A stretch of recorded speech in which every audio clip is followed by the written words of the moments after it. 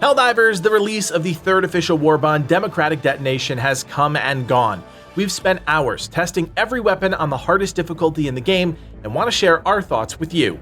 My name is Kodiak, this is Legacy Gaming, and let's dive into our full analysis of the Democratic Detonation Warbond. Let's not bury the lead here. The Democratic Detonation Warbond is pretty lackluster, and unlike most creators reviewing these weapons on difficulty 4 or 5, we want to prove or disprove their viability on the hardest difficulty in the game. There are certainly a few interesting items that you can unlock, but ultimately, if you were to ask me right now at the start of this video if the bundle is worth the 1,000 super credits required to unlock it, I'd probably say no. That sentiment seems to be echoed on the Helldivers 2 official Discord because a new players poll section was recently added by the team, and well, it's pretty clear how the community feels about the Warbond. With that in mind, let's dive in. The BR-14 Adjudicator is the first weapon you'll most likely unlock in the Warbond. It's a new marksman rifle that you can unlock on page 1, and it's a weapon I had really high hopes for. Up until this point, the Arrowhead Games team has made it really clear they don't give a flying hoot about marksman rifles. In fact, another player poll on the official Discord really paints a stark picture about how the community feels about that weapon type, with over 45,000 players, a clear majority, saying they need to be rebalanced because they are vastly underpowered. After some serious testing, I think it's safe to say the BR-14 Adjudicator is fair, but not good. There are some things that I like, such as the variable, semi-automatic, and automatic firing modes, as well as the 3 different zoom lengths. All of that makes the weapon more flexible in various situations, which is good. The medium armor penetration is also a plus. Sadly, as is the case with most marksman rifles, there's just too many things holding the Adjudicator back. First is its low overall damage. 80 damage per bullet might be okay for a true automatic rifle, but it just doesn't cut it for the BR-14, and that's largely because of the small magazine capacity. Emptying an entire magazine just to kill a brood commander doesn't feel great, especially when there are 30 other enemies you're trying to contend with. The automatic nature of the weapon makes you think it can function like any other AR, but that's simply not the case, and you either need to use multiple magazines to kill just a few enemies, or be so accurate with your weak point shots that you can make the limited ammunition work for you. Even then, you have to contend with the weapon's low reserve ammunition, which means you'll need to resupply or scavenge relatively often. If you're into headshots and you can stay far enough away from the action that the pressure doesn't put a lot of strain on you, then the weapon is okay, but I still wouldn't call it good. Because of that variable zoom sight, you can take out enemies from far away, and that's when the Adjudicator is at its best. It's very rare that you have the luxury of low intensity on the highest difficulty in the game, which is why most marksman rifles just aren't viable. But with the developers clearly probing the issue in the community, I'm hopeful that things will change in the future. On page 1 of the new Warbond, you'll also find the G123 Thermite grenade, and this thing is about as bad as you could possibly imagine. Compared to other options in the game, there's simply no place for the Thermite grenade because it doesn't do anything unique, different, or better in any scenario to make it viable. The grenade's one unique characteristic is that it sticks to targets, most of the time. I have thrown many a Thermite grenades that simply bounced off the target, which feels awesome. When it does stick, the grenade itself activates and starts to burn through the enemy, which as far as I can tell, does very little in the way of damage. After a few seconds, the grenade will explode, which might be good if it actually ever killed anything. No, the Thermite grenade just doesn't offer any sort of power to the player, but it could be better with the right balance pass. Keep the delayed explosion, that's fine, but actually have it burn through enemy armor like the tooltip suggests. If the grenade stripped away armor plating from enemies like Hulks and Chargers, that could be a game changer. You could even remove the explosion altogether if you are guaranteed to create a weak spot on any armored enemy. It still requires skill to aim and land that grenade in the right place, but it wouldn't be overpowered in that scenario, but would still provide invaluable utility for your team. Sadly, in its current state, the G123 Thermite is just garbage, and until it receives a buff or rework, it's going to sit in the armory unused by, my guess, everyone.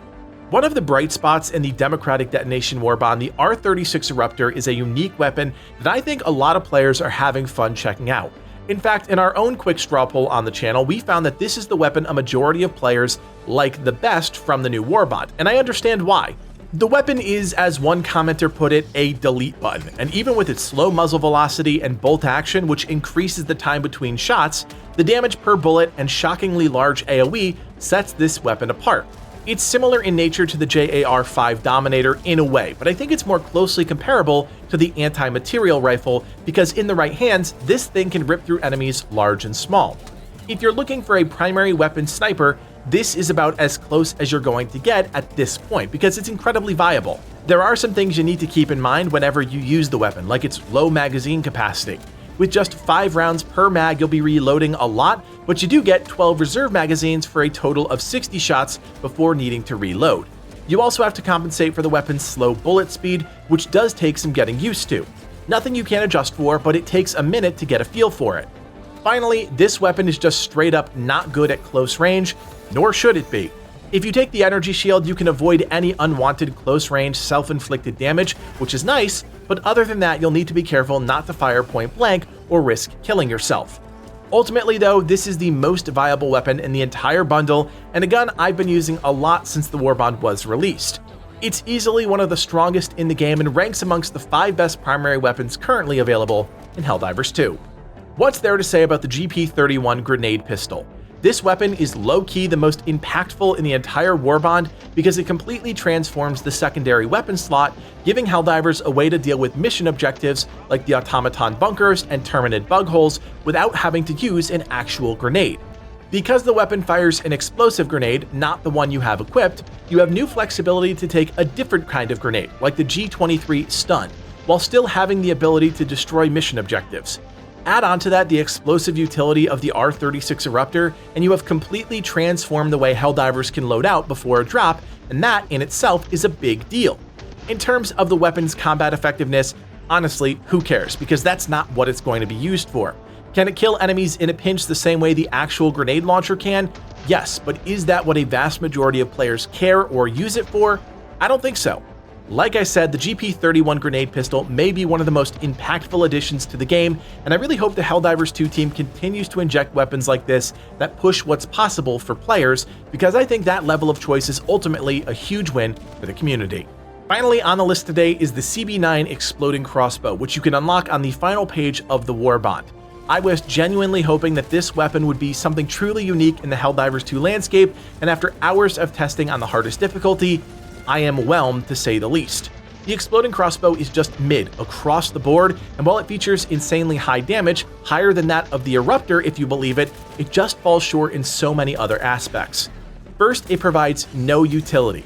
It can't close bug holes or destroy automaton factories, and can't take out armored enemies like the leaks were suggesting. Good reason to always take leaks with a grain of salt. Second, its drop-off is insane and can really only be effective in mid-range. Anything beyond 40 meters and you're practically aiming into the sky. Because it's only effective at mid-range, you also run the risk of enemies pressuring you to the point where you need to either reposition or kill your way out of a jam, and you can't really use the crossbow in that situation since its explosive damage will damage or even kill you. Where the weapon does excel is in killing a bunch of small and low priority enemies. If you're at a higher vantage point shooting down, you'll have an easier time clearing out small bugs or robots. It's almost an ad-clear weapon in some respects, but it's unlike other offerings like shotguns or machine guns, and certainly doesn't replace them. I wish I could say the CB9 Exploding Crossbow was strong and unique all in one breath, but really it's just a somewhat unique weapon that underperforms in almost every aspect of combat. So there you have it, every democratic detonation weapon tested on the highest difficulty in the game. There are certainly some bright spots, but also more than a few duds, and I think that's going to be the case with each new Warbond until the team can really figure out weapon balance, which at this point, I am not confident that they can do. The community polls definitely point towards the team starting to care what players think, but actions will certainly speak louder than words. Let us know what you think about the democratic detonation weapons in the comment section below, and as always, if you like our Helldivers 2 videos, hit that thumbs up and consider subscribing. My name is Kodiak, and from everyone here at Legacy Gaming, thanks for watching and play on.